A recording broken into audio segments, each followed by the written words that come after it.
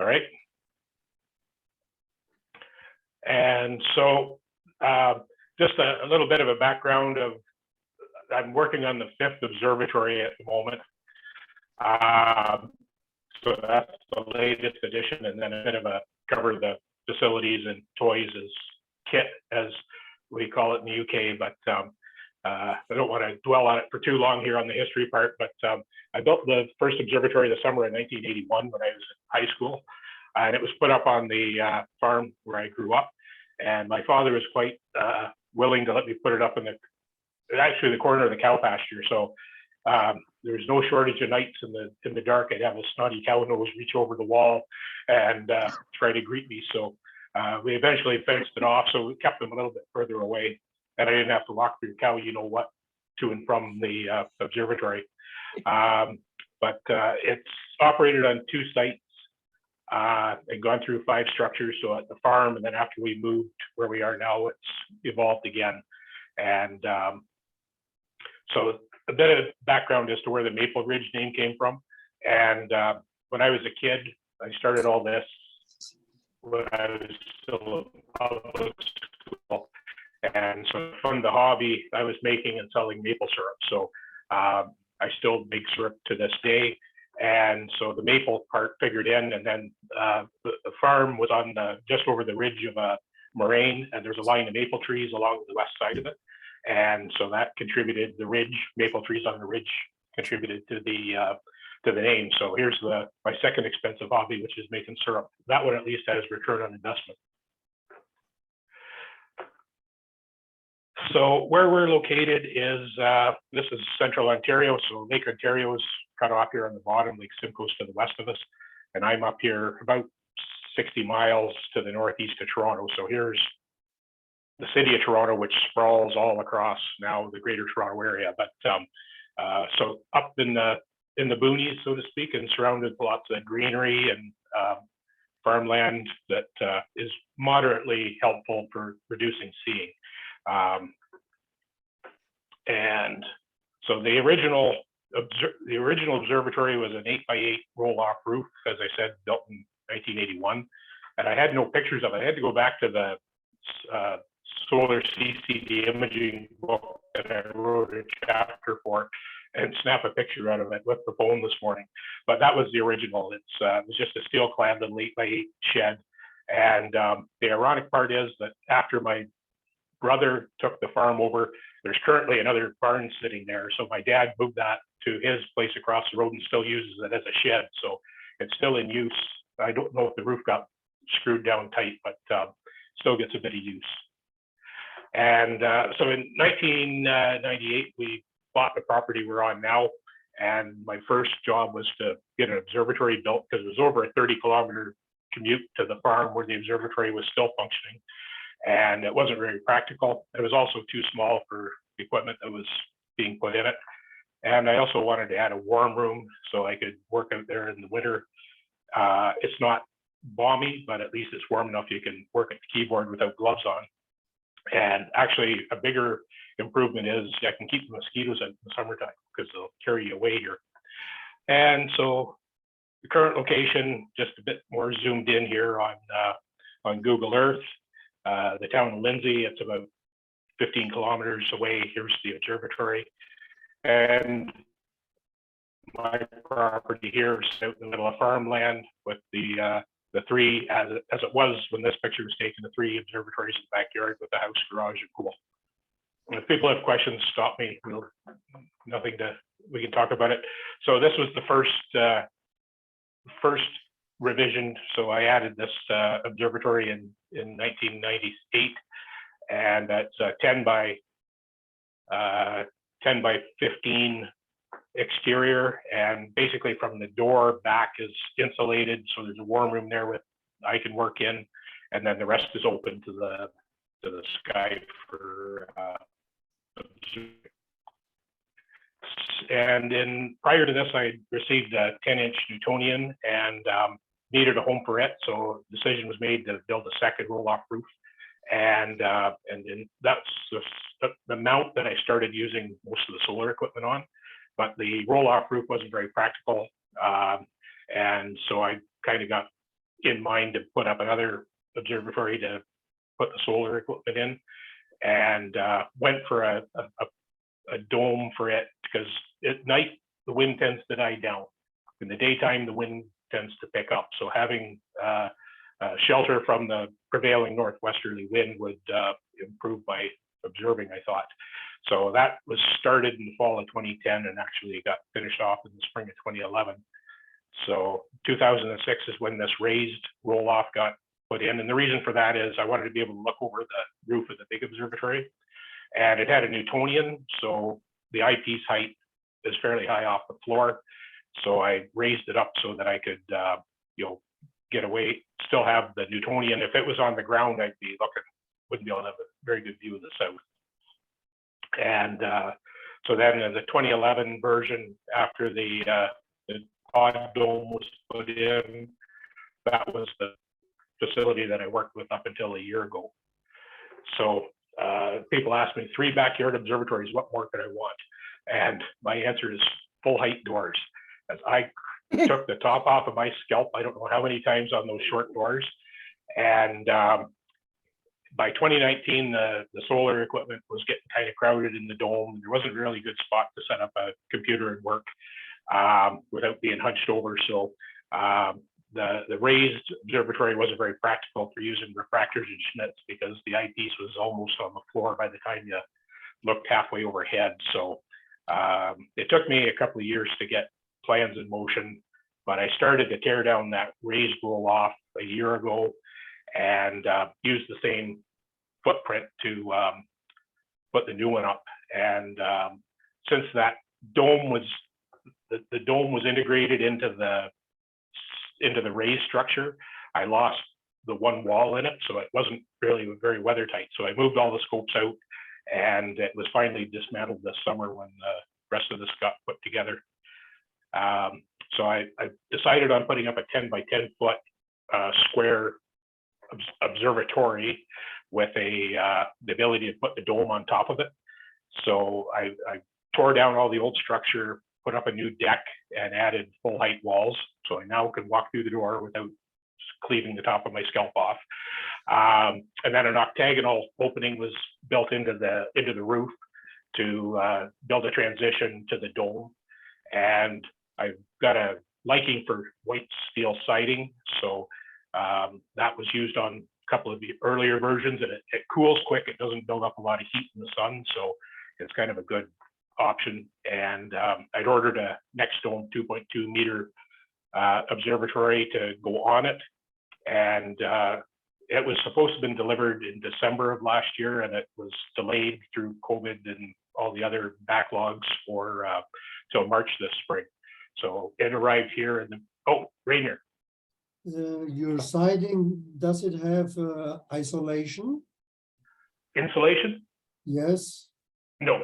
There's an airspace because there's like a particle board on the interior, but I'm not heating it, so there's no need to insulate it. Does it not get warm inside? It does warm a bit in the day, but it cools off again very quickly, especially with the roll off, and even that one, when you open the slot, the heat dissipates fairly quick. And what about condensation in the insides? I've had very little condensation. The only time I get condensation is primarily on the pier, which is extended 6 feet into the ground. So it gets very cold. And then our temperature will go from 20 below one day, and the warm front will come through, and it'll be +5. And everything on that pier, because it's such a massive, it's a concrete pier, it'll sweat with condensation, but I've never had any issues otherwise. Okay. The scopes remain out there 24/7. Okay. So I opted for this Nextdome primarily because I wanted an observatory with a slit in it. The pod dome doesn't allow you to view directly overhead, just the way that clamshell opens up. So this gave you an extension past the zenith for doing imaging at night, and also cut down on the amount of dew in the evenings as well, because you don't have the full observatory open like the roll off, so everything's sweating, covered in dew after a night with the roll off open. And it cuts down on wind even more because you've only got a 2-foot wide slit open instead of the half of the whole pod dome, which was in there before.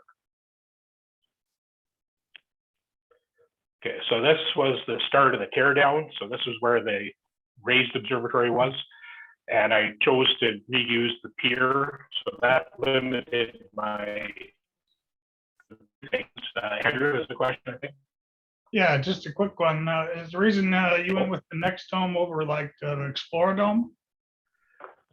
Partially price and partially availability. Okay, yeah, because the Explorer domes, I'm sorry, yeah, the next domes are made in Canada, right? They're made in Canada. They're priced in US dollars, so it doesn't matter where I buy it. It's going to. Okay, And but they're manufactured. They're manufactured in. They're in BC. Yeah. Okay. Port Yeah. Coquitlam, BC. Yeah, But I mean, I don't mind buying it from a Canadian manufacturer at all. But it was more the other fact was a good friend of mine bought the complete wall dome assembly a year ago and was very happy with it. I was up and saw it, so I kind of knew what I was getting into. And I'd been looking at a couple of used. I would have really preferred to have a 10-foot dome, but couldn't pull the trigger on it fast enough when there was one available within a 3-hour drive of here, but I couldn't snag it before it was gone. So I to get the space, as I said, I kept this pier that I had. So this is a concrete pillar, goes 6 feet below grade, and then it rises almost 6 feet above. That was with the original plan of having that Newtonian with the raised deck up 4 feet off the ground. But so I put a wooden frame down with pressure treated lumber for the floor. We put up a set of walls, so it's 10 by 10 exterior, and the pier's offset to the south a bit. So that left a bit of extra room at the north end to put some shelves and storage in. And at this time, the old pod dome was still hanging around in the background. And if you have questions, shout, because I'm looking at one screen and I'm not seeing hands up necessarily. So last fall, of course. But next dome hold up to the weather, okay? Because it's I went and looked at one here near Austin. The guy had one. It seemed, fairly thin. I wondered how it would stand up to the weather. It's already cracked in a couple of places. It's lightweight, but a friend of mine had his up all winter and he had no issues at all with it, with snow. Like here, that's rain and snow. So from that standpoint, his has been weatherproof since he put it up, and it's been up for 18 months now, I think. Okay.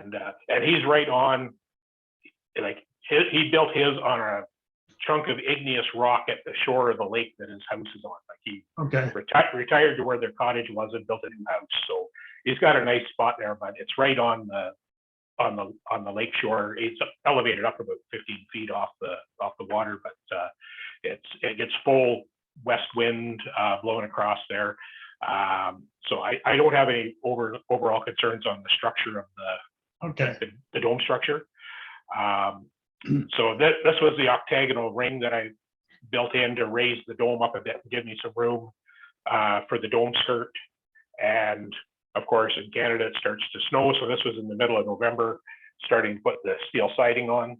And the only thing I would do if I did it over again is I start it sooner or just leave all this. As it turned out, I didn't get the dome for another 6 months, so there's no rush, but it was done before my work season got crazy. So in middle of December or so, that's when the siding got finished, the roofing got finished, put a tarp over that octagonal hole in the roof, and I could put a propane heater on in there in January, February, and finish the electrical, putting they call it OSB board, oriented stream board here, just like particle board on the inside walls. So I had it kind of ready for when everything else was going to fall into place. And the dome arrived late March, and so it's right in the middle of my making syrup, so I didn't have any spare time. And I also put a stick in my eye, so I was running around with a patch for about 3 weeks after that, and not really too ambitious to start another big project. And my work gets busy as soon as we start planting any crops. So that lasted until the 1st of July. So we really got put off building this. The friend that has the next dome, he came to help me put the dome up. So we had this plywood ring, and it doesn't look circular because of the, I squished the picture here, but anyway, there's a ring assembly, and I stole this from the next dome site. But this is the ring assembly that sits on top of that plywood ring that the dome sits on. So it's got the roller system and the thrust side rollers. That all went up in an afternoon, so it went quite well. And this was the installed dome, and Rainier brought it up in an email to me earlier, or a post, but I still have to do something with a skirt extension here, because they don't. The one thing I wish they would do is sell a short wall top with the rollers built into it, so you could interface it into your system better. But it's kind of up to everybody that does the dome installation on their own to engineer something. So I've got a bit of a plan in mind. You just need to put it in place before the snow flies, which is hopefully more than 6 or 8 weeks away. So after the dome got installed into July, I had working on the finer points inside, so painting the interior, putting some flooring down, and setting up the mount and the scopes. And I got these rubber cow mats from work, so they're just like a comfort mat. They're 1/2 inch thick. So I laid them down on the particle, or not particle board, the pressure treated lumber. So it gave a bit of a cushion. I buried the electrical and some other USB cabling, just cut a slot through with the router, so it's underneath at floor level. And then I covered that with exterior carpet. And I painted the walls and used the gray carpeting, a gray color, because normally for evening observatory, a night observatory, you paint the walls a dark color to reduce glare. But I don't want dark floors and dark walls heating up with the sun shining in the daytime doing solar. So I kind of averaged it out and made it gray. And so August 13th was my first light through the new setup. So some close-ups here. So as the current configuration is, there's the original 10 by 15 roll-off. So it's got C14 on the Takahashi EM400 mount. I think, James, you're looking to see a picture of that. And inside the warm room behind the wall here, there's a CPU and a couple of monitors, keyboard, and behind that is another little bit of storage space. And it's used primarily for planetary, lunar planetary, and an intention to do more deep sky work with it. And if we ever get this ND 3.8 solar film, it might get put into use for solar as well. And so the new dome has the Orion Neon 130E, and there's a Lunt LS80 piggybacked on it, carried on an MI250 mount. And so this was kind of set up in a modular system. With the regular focuser on it, you can do nighttime imaging and put the calcium K filter and the white light wedge on without changing anything on the scope. And then there's a custom flange built that takes the filter off and then allows me to mount a pair of Lunt Etalons onto that to run it as a double stacked hydrogen alpha scope. So it's very much like the Lunt design. I just beat them to it, but it's made with, it's not optimized, so I don't get full disc. It's got a decent sized sweet spot, but I'm limited to being able to do full disc imaging with it. And I also have a Lunt 80 and a William Optics 72 that could be interchanged on either scope for wider field deep sky imaging. So here's just a couple of views of the interior with the Orion scope, the Lunt 80 piggybacked on it. It's double stacked with their 75mm Etalon, which they made for a few years and then they discontinued it. So it's a pressure tuned primary Etalon and a tilt tuned secondary Etalon. And there's just another shot of it on the mount. And why did I do that? Primarily because I owned this to begin with, and then the first pressure tuner double stack unit I had, I incorporated into my mod. So rather than tearing everything apart every time I observe, I left the 75 millimeter Etalon on it as a double stack. There's a bit of a view of the north end with some shelving and the ability to store stuff. Remote pressure tuner, which I've still got to get configured for this after I moved it, and storage. And there's this needs to be modified, but computer in the corner to run the scope. But I can sit there and reach the focuser and adjust the pressure tuning manually if I need to.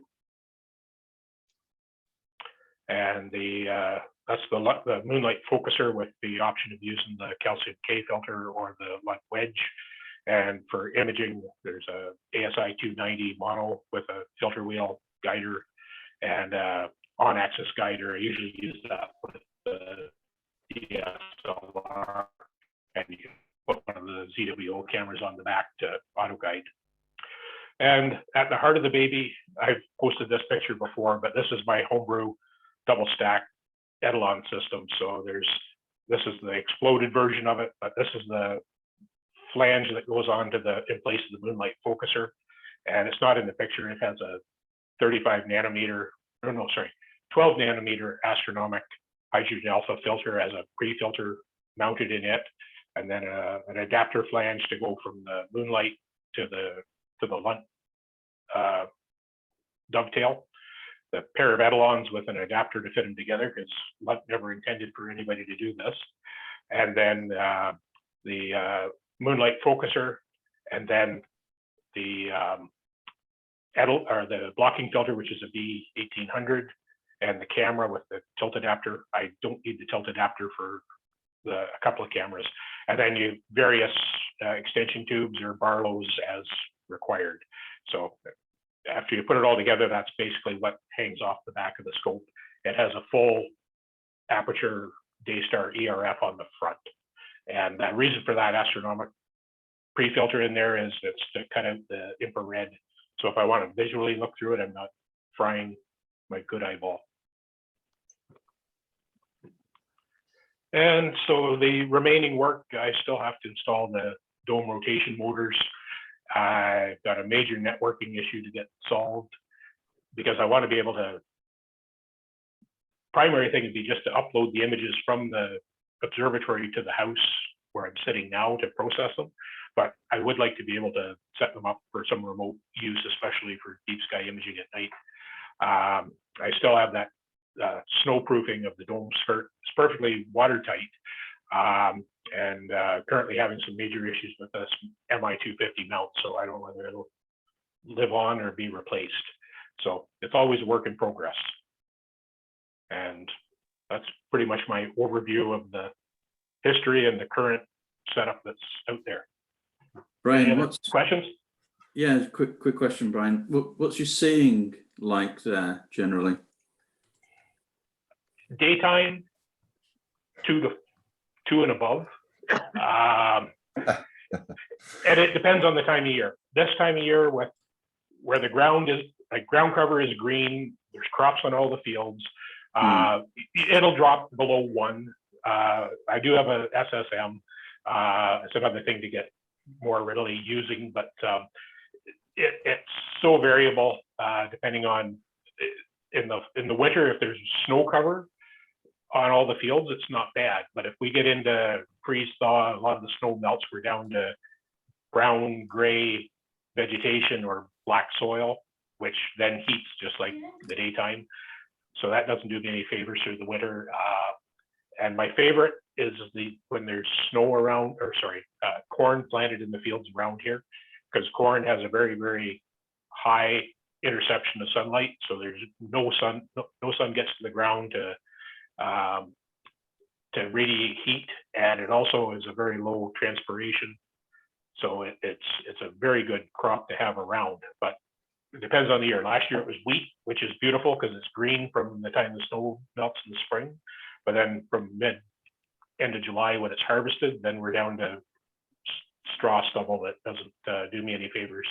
So the average is probably between 1.5 is good, and it's off this SSM scale. Sometimes it's that bad. I'm Right. usually amazed I pull out what I do some days. Okay, thanks. Any others there? James, you did ask me one time you wanted to see the C14, so I threw that in. All right, I'll relinquish the screen here. Just a quick question about the dome. So sorry, Michael. So is it hand driven, or is it electrically driven? You know, to scan. To rotate it? Yeah. It has 12-volt motor kit that has to be installed yet. So I mean, you can run it without, but you manually have to then be up there. And it's just at the tip of my fingertips to reach up to it. And that's the one downfall of building full height doors, is now I have the dome, 7 feet in the air instead of at a more agreeable level. But they also make a motor to open and close the slit, but it's considerable money, and I didn't opt for that when I ordered it, because you open it once and you close it once during the observing session, whereas I can go for about an hour and a half, maybe solar wise. If you're imaging through the night, you're tracking for several hours, and you'll need that ability to move it and theoretically set it up remotely. But, Okay. Did I relinquish the screen? I relinquished it. Yeah. Oh, you did? Okay. Brian, can I ask, the double stack units you're using, which version of those are they from Lunch? Because I know there's different versions depending on the aperture with different prices. So they're the 80 millimeter. They were designed for the 80 millimeter Lunt scope. And then the new line of scopes, they use the 80 on the 80 modular scope, and I think the 100. And then they use the one, they've got a larger Edelon to use on their modular 130, or I don't even know if they make the full 6-inch scope on its own anymore, but they have those as modulars. Yeah, I'm just looking on my other screen here. I see a version for the 80 and 100, as you said. They have one specifically for 100, then they have another one for 130, and of course, and another one for the 150 too. So actually, yeah, the price keeps going up obviously with each one. And I presume the difference is just a different size in Etalon. Yeah, fundamentally larger aperture as you move up. And you've had and what's your front aperture again? This one's 130. I've used it originally on a 150 millimeter Celestron 6-inch f8 optical tube. The very first test of this was with a 4-inch 100 millimeter Celestron f10 OTA back in 2012 or so. And after it kind of proved that matching those Edelons to the scope would work, used it for a year or two, then I moved it up to the 6-inch.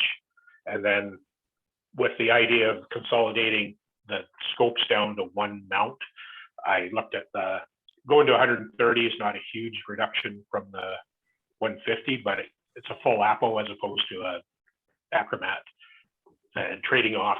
Otherwise, I'd have 5 observatories and no wife. Yeah. Thank you. All right. Thank you, Brian. That was very informative.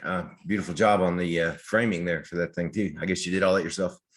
Majority of it myself. I had occasional assistance from my son, who has moved from home, and when he was home on weekends, my wife helped with a bit. And as I said, a good friend of mine was down a few times to help with installing the dome. So it's not all 100% my work. Well, we're broadcasting this one live on Facebook. I forgot to mention it. Okay. So nobody use any foul language. Turkey. Turkey, yeah, exactly. Chicken, Yeah. pheasant. So I was going to mention that we've had 500 plus new members join since we went to DreamHost, and we've added almost 20,000 posts somehow. And because the email now works for most of us. So when people were joining before, they would never get the confirmation email, and they most of them would just give up. But some of them would email me, and I'd manually confirm it. But anyway, that's all working now. And is anyone having any forum issues they'd like to mention, so I can disregard them? I mean, so I can look into them. No, seems fine. No. Yeah, it seems like it's, in fact, I'm going to change all my other domains and everything over to DreamHost, because they seem to be doing a pretty good job. We've been with Network Solutions for 10 years plus, and they were bought out by web.com, and they're terrible. So Hey, Stephen, are there any trouble with file sizes or anything? Because people are uploading a lot more animations and stuff than what we used to. yeah, I don't care about that right now. I mean, there'll be a point when it'll be too much, but that point's a long way away. That's a good thing. It's unlimited file size. And we'll see if it's really unlimited or not, because I think Is it unlimited? Is it unlimited drive size though? yeah, it's unlimited drive size. Oh, that's all right. That's all right. And and it costs a good bit of money, but we have a professional account, and our database can expand. The database is what contains all the messages and text, and the file space is what contains all the attachments. And we can expand both of those by about 300% now before we get up to the next price level. So I think it's going to outlive me, and on our current level. So I think it's running pretty good. Good. Who else? Yes. Oh, sorry. That would be a peacock, I think, or maybe a peacan. Well, I wish I'd had it on today, because when I was building the boardwalk, this is spider season in the United States, and you can tell the experienced hikers because they're never first in line, because the first person in line is covered in spider webs within about 100 yards. And oh, is that the hubby? Yeah. I see the hubby. Come here, hubby. We just saw the arm. Hey. Hey, Darren. Hey, Darren. Good to see. Are you using What we some kind of talking about fancy? today? Spiders. Spiders. Oh, blimey. Yes. So, Orb weavers. We have orb weavers as big as my hand at our nature preserve that Harry. they don't bite you unless you mess with them. But anyway, it's spider season. So if I'd had on my wig, I would not have been covered in them on my head. So anybody want to talk about some other things on our? I think it's nice to have the little get-togethers. It's just our little core group of people that get on it. But it's nice to see everybody every month.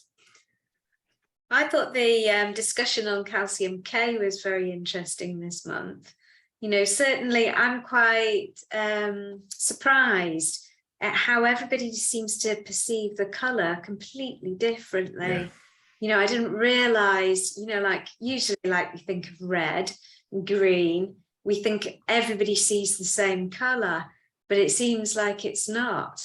Like with calcium K, some people, like see the disc as something like I do, like a white lavender. Other people see it as like a really deep purple, and other people see it as blue. Mhm. It's absolutely. At Dragon Con 3 years ago at Dragon Con, which is a big sci-fi event that I do my solar telescope display at, we had a color chart there of indigos and blues. And we actually asked people to tell us what color, as long as we could.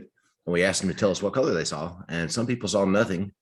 And it went all the way from indigo all the way through all the blues. And everybody was all over the place.